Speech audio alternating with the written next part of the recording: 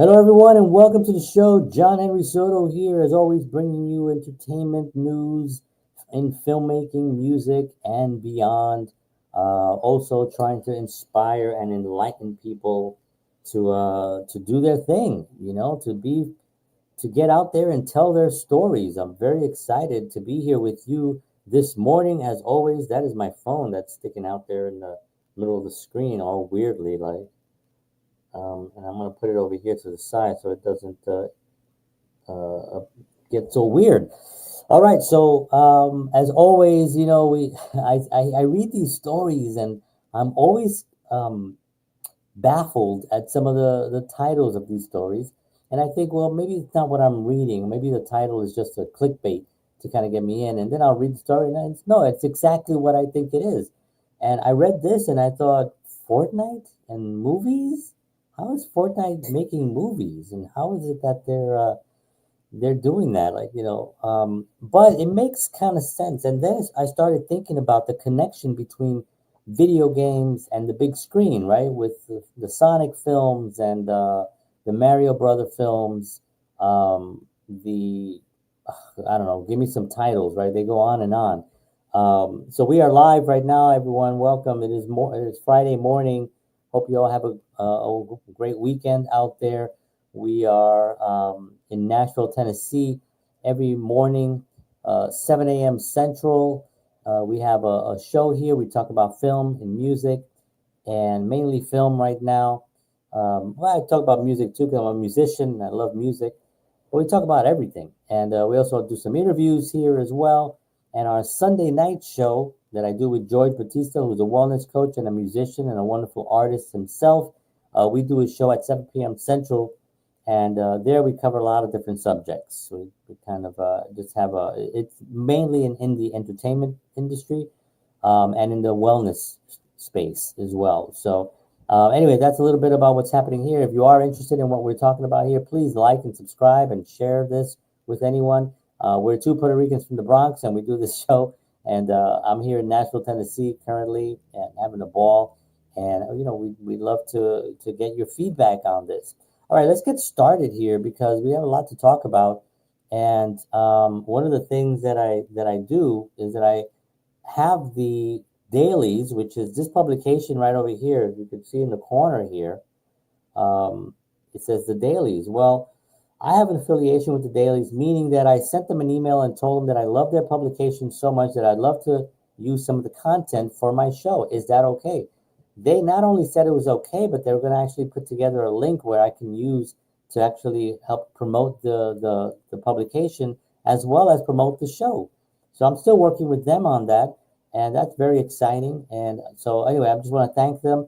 The dailies, if anybody is interested in getting more information on the dailies, please visit the website, which is right over here, and it's called readthedailies.com. Just sign up there. You get publications. You get the updates are every Monday, Wednesday, and Fridays, and it's a quick read. You get good information on what's currently happening in the industry, and it's just a lot of fun. And it gives you a quick glance into the business. And if you're into film, if you're a singer, if you're a musician of any kind, and you want to be involved because film and music go together so well, right? Every film has music in it, right? From the beginning of time in the 20s, they knew they had to put some kind of music to something, right? And it just instinctively just went well together, as well as music. Really, you visualize music, right? Sometimes you can close your eyes and a song can really take you to a different place with your own thoughts and your own visualizations, right?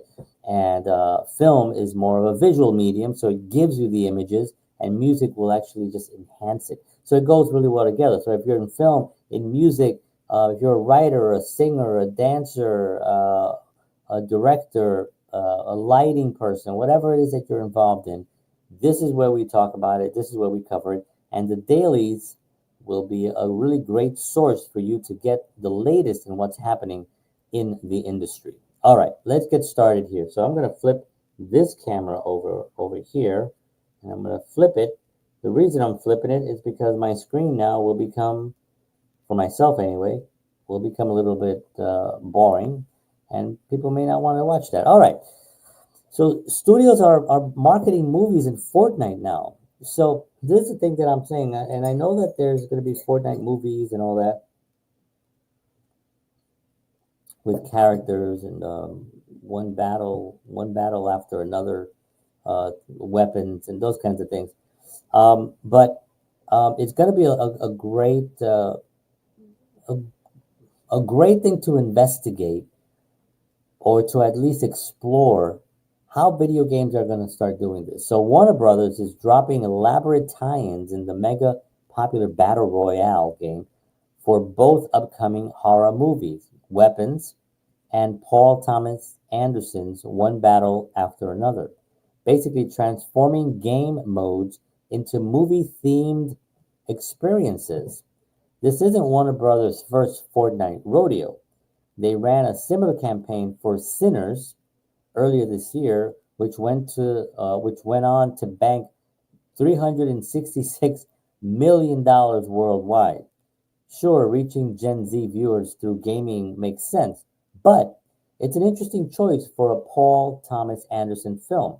His audience typically skews older and artsy.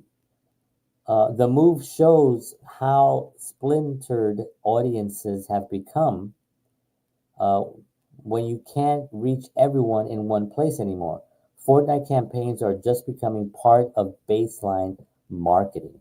So this is something that's interesting because, and it kind of makes sense, when you're marketing a film, when you're marketing anything really, you have to think about where it is that the people are, right? Where are people going?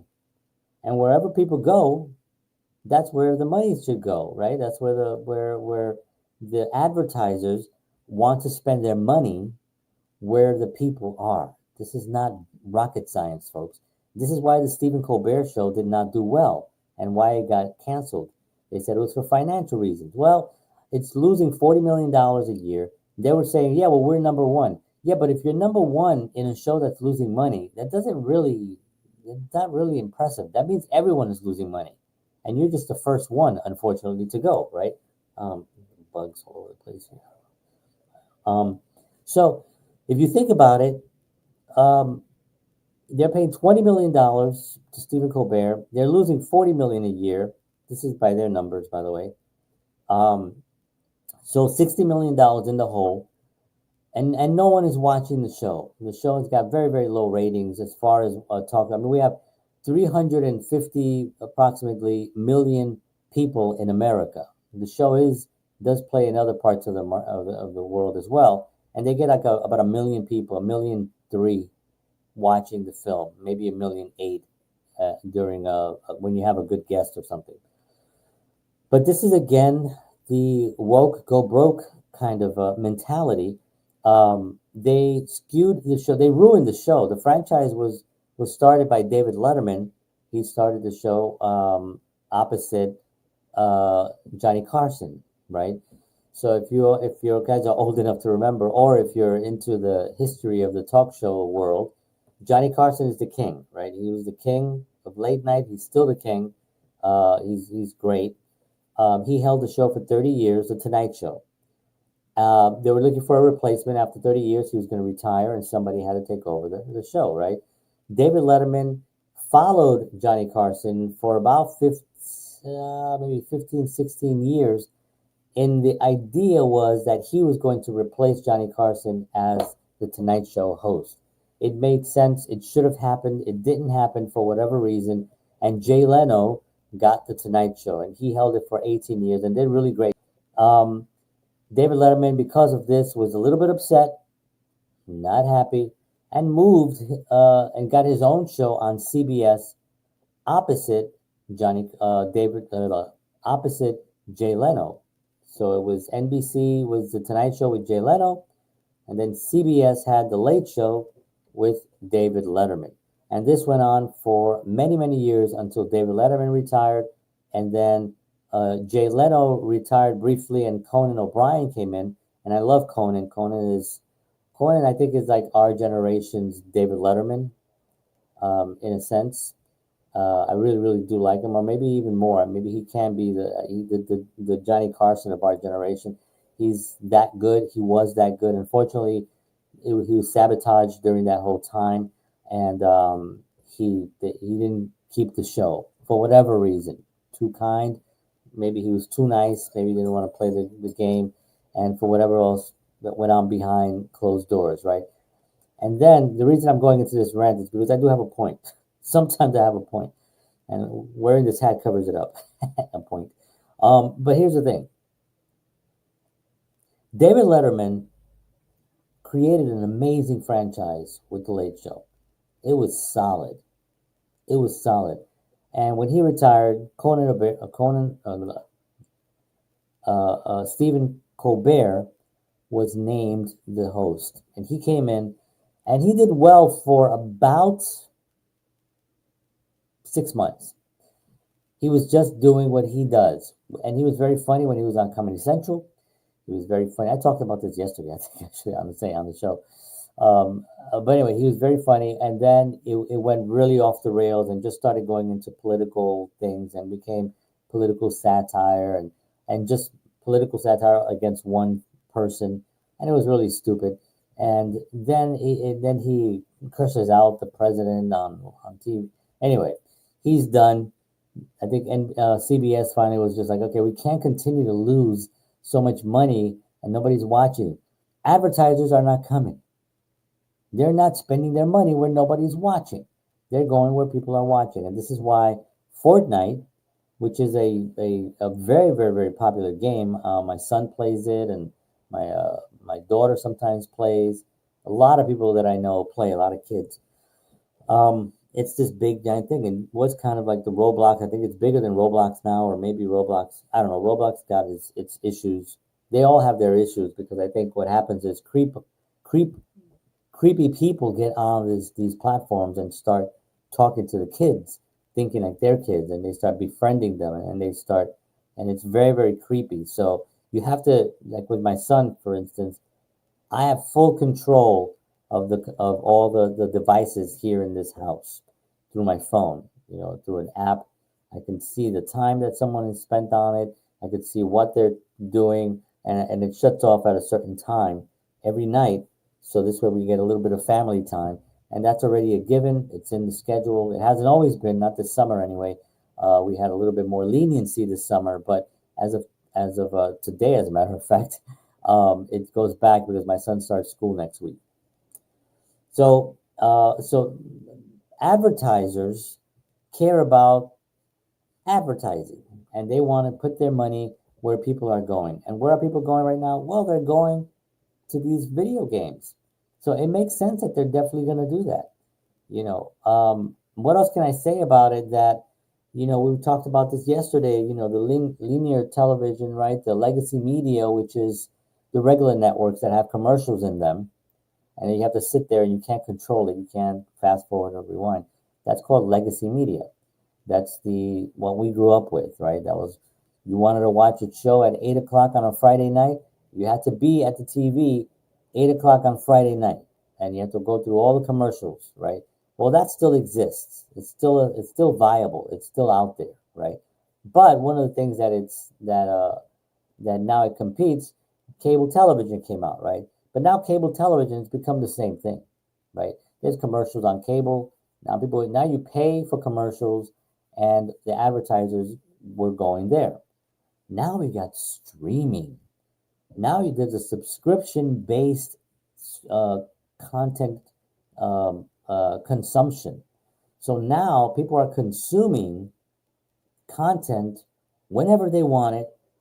They can pause it, go to the bathroom, come back, no commercials. They pay monthly, and they get full control. This is now the Netflix, the Hulus, the Paramount Plus, and all these other Disney Plus, and that is now competing with linear television, legacy media, and it's called a prestige media because you have way more control over it. So it is a wonderful thing because you have more control over it. There is a certain nostalgic thing that I do like about legacy media because I remember just sitting there through the commercials, and The commercials were not as horrible as they are now, which they're all pretty much just drug company, uh, drugs and stuff. I mean, that's all that's out there. Um, and very, very, and maybe soap detergent, So they want us to be on drugs and clean. I guess that's the point of it. But right now, it's the numbers are so low that advertisers have to go somewhere else. And where are they going? They're going to social media. There's a lot of money, billions of dollars being spent on social media marketing, on face. This has been going. This is people have talked to. I've talked about this 15 years ago that I said this is what's going to happen. You can go back and watch some of my old videos of 15 years ago, and they're out there on my Facebook and even on my YouTube, where I talked about this is going to be the shift. There's a huge shift happening, and people are going to go. And people are like, nah, nobody's going to do that. Well, yes, they are. Yes, they are. Why? Because everyone's face is in their phones. So it just makes sense that that's where you're going to put your ads, and that's where you're going to try to sell stuff.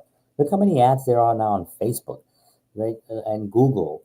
You mention something, and suddenly there it is, right? It listens, it hears, it's doing it for the effects of wanting to serve you better. And to be honest with you, I know people they get like freaked out because it's listening to us and stuff like that. And yes, it is. But sometimes I'll say something about that I'm interested in, and suddenly there it is, and it's on my feed, and I'm like, oh yeah, this is what I was just talking about, and I go look at it, and I find something that I actually like, because it's listening and it's thinking, and it's making decisions, and it's not letting me kind of explore my life, right? It's kind of giving me stuff, but if you're aware of it, if you're a zombie to it, and you're like, oh, here are the shoes that I was talking about, I am going to go buy these shoes right now. No, be aware that that's what's happening. Look at the shoes and be like, oh, those are nice. Look around, be like, oh yeah, maybe these, and then go buy them somewhere else. Don't buy them there because that's probably going to be the more of an expensive price. Go find a cheaper price. So don't just eat what they feed you. Look at it and see if it's good, and then take the ingredients and then go make your own meal. Right? That's just a weird analogy, but there we go. All right. So what I want to so anyway, that's what's happening right there in with film. Please understand that if you're a filmmaker and you need to get funding for your film, you need to not even funding for the film. You need to get a budget in place. Let's just say you have a film and you have the budget already, um, and you need to market that. Where are you going to market? Well, you're going to market where film lovers go, right? That just makes sense. You're not going to market um, at a fish market. Well, people in fish markets might like film, but if you're into fishing, you go to a fish shop, you go to a tackle shop to market. If you're a musician, you go to Guitar Center and you put your ads in Guitar Center, right? If you're a filmmaker, you go where the films are, you know. And where are people consuming things? Well, they're consuming them at these places. Fortnite, Roblox is probably not far behind, and all the other video games that are out there. People um, are really obsessed with these games. So there you have it. So we're going to look a little bit now at just some titles of some film and television development projects that are happening. And if anything is interesting to you, then you can go and explore these on your own. So get a pen and paper. If you're a filmmaker, this is where you should be paying attention to, because these are the projects that are happening. If I want to be and I want to be an assistant director or assistant director, or just be on a film set, or just be an actor. I'm signed with Talent Trek Agency right now as an actor, and so if I want that, I see the project, I contact my agent, and I'm like, hey, they're casting for this thing. What are the chances that I can get in for an audition for this? And then he'll do his magic and see if he can get me in. So this is the kind of stuff that you have to do on your own. You have to research this on your own. This is the new world of acting now. Is more you have a manager and have an agent and all that stuff, and that's good. But you also have to, on your own, take responsibility for it, and this is part of it. Okay, so let's take a look at some of the film developments that are happening.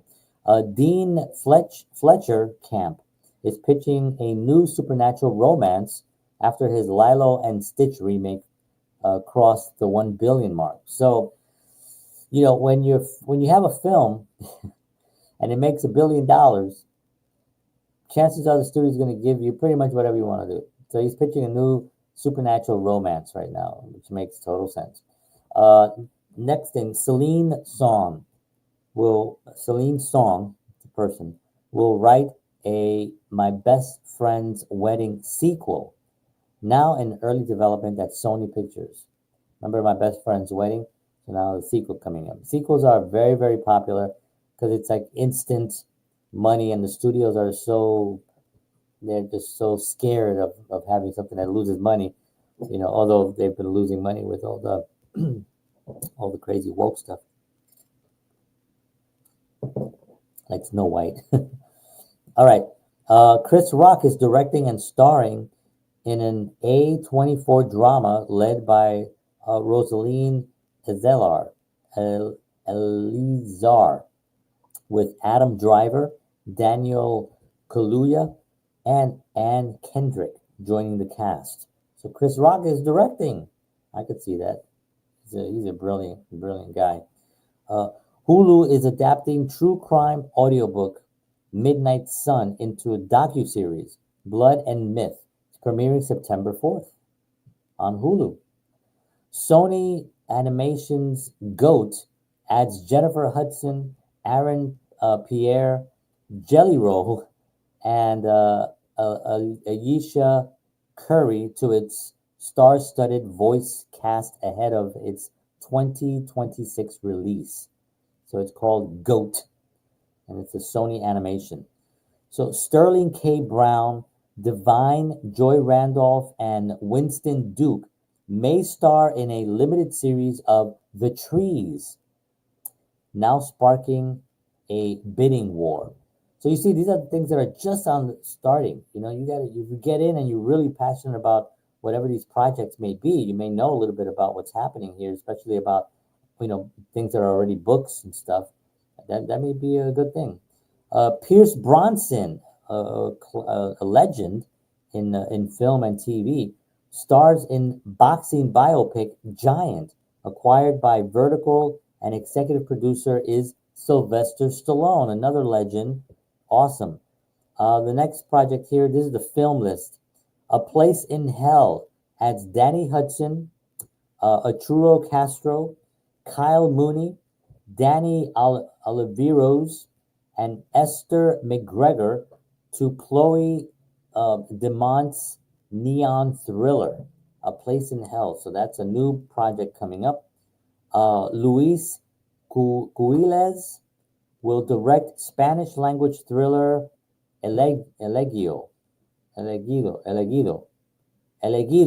guess alleged Elegido.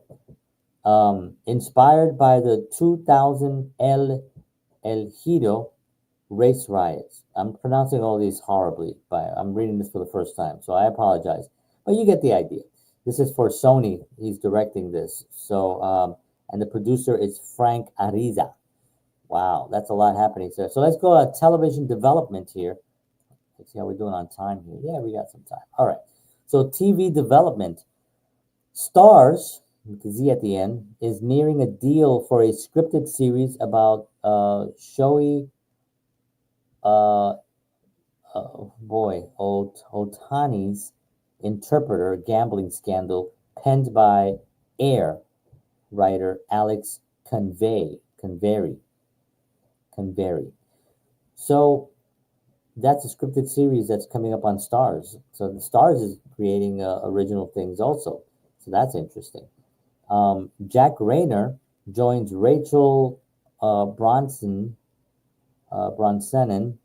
in season 2 of Apple TV's Presumed Innocent, based on upcoming novel Dissection of a Murder.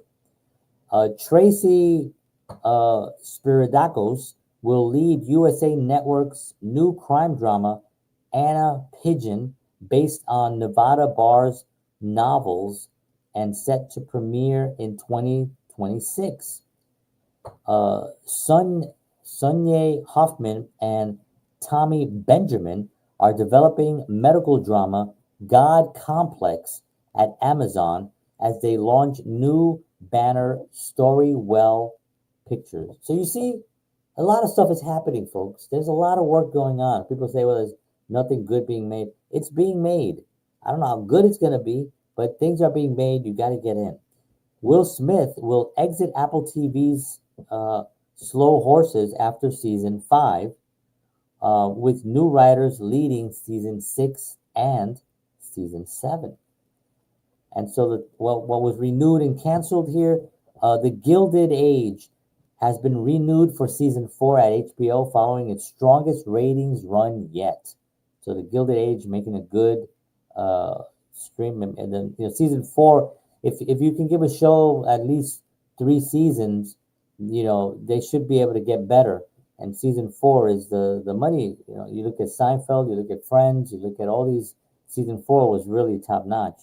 Untamed is renewed for a second season at Netflix. Untamed is back.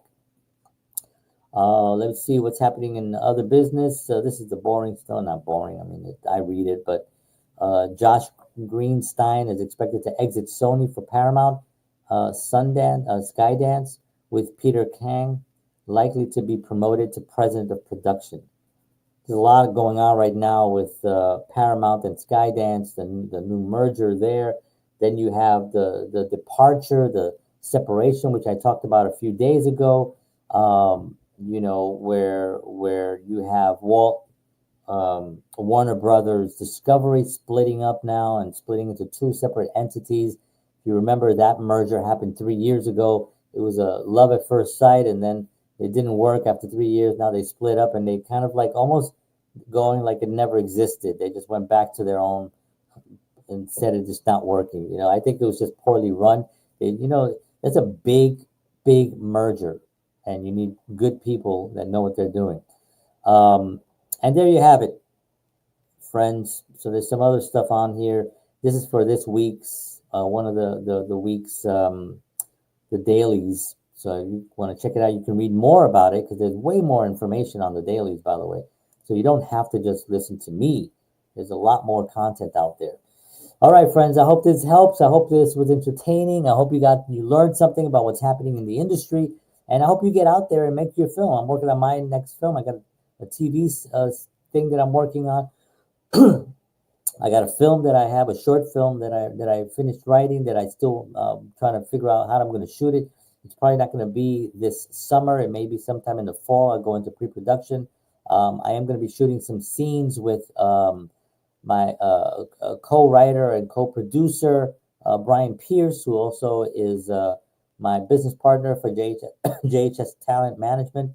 And we have a show pilot idea that we're putting together. We're going to shoot a couple of scenes. We're going to act them out ourselves. He's an actor. I'm an actor. So we're going to do that ourselves. And then we're going to try to sell it and pitch it and see how that goes. And we're going to be doing that a lot. So there's a lot of stuff happening on this end. I hope this inspired you to go out and do stuff on your end. If by any chance you have any questions or need anything, you can always email me. And my email is right here, john@jhstalentmanagement.com. I will respond as fast as I can. You can also reach out to me at johnhenrysoto.com. And I'd love to help any way that I possibly can to get you out there creating the content that the world deserves. The world needs you. Believe it or not, the world needs you.